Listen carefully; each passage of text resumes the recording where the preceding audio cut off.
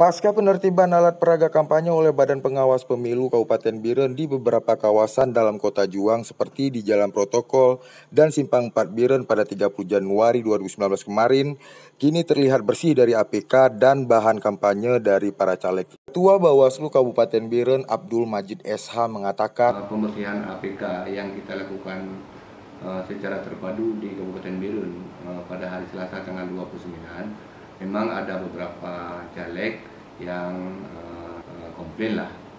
Kemudian setelah kita jelaskan, mereka semua bisa menerima. Artinya yang kita bersihkan selain di jalan protokol yang ada dalam Kabupaten Biren, juga yang kita bersihkan kemarin adalah yang dipasang di tempat terlarang lainnya.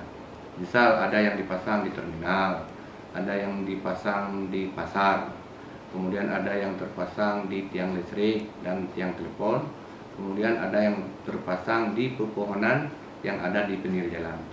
Ini APK ini sampai dengan hari tenang, pokoknya sampai dengan hari hanya di tempat-tempat yang dilarang tersebut memang tidak boleh dipasang. Berdasarkan laporan dari rekan Panwas di Kecamatan Kota Juang, memang ada satu yang sudah terpasang lagi, tetapi di tempat tersebut kemarinnya bukan atas nama caleg yang terpasang tersebut. Jadi kita maklum. Kemudian saya sudah sampaikan kepada Panwas yang ada di Kecamatan Kota Juang, kalau bisa kita buat komunikasi dengan si pemilik spanduk, sekalipun yang kemarin sudah kita bersihkan.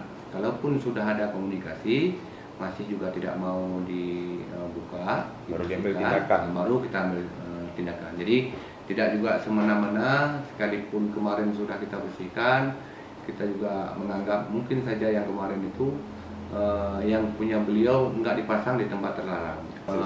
Dari Bawaslu kami sangat berharap pimpinan partai dapat menyampaikan kepada caleg supaya dapat mematuhi aturan yang ada.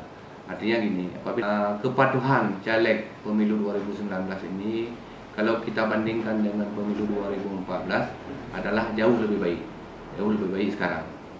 Sehingga kita harapkan pemilu kita di Kabupaten Biren ini bisa berjalan damai lah.